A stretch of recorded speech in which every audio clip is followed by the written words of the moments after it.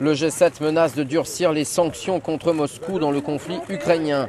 C'était l'un des dossiers les plus sensibles du sommet qui s'est tenu durant 2 jours en Bavière et sans la Russie, exclue depuis l'annexion de la Crimée l'an dernier. Les 7 chefs d'État ou de gouvernement ont unanimement lié la durée des sanctions contre Moscou à la mise en œuvre intégrale des accords de Minsk II.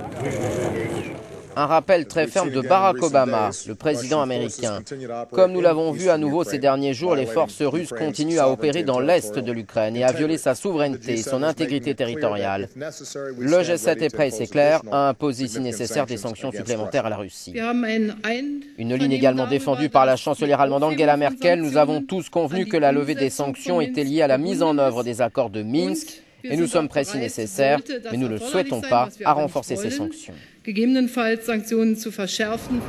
Sur la lutte contre le réchauffement climatique, le G7 était aussi attendu à 6 mois de la conférence cruciale de l'ONU en décembre à Paris.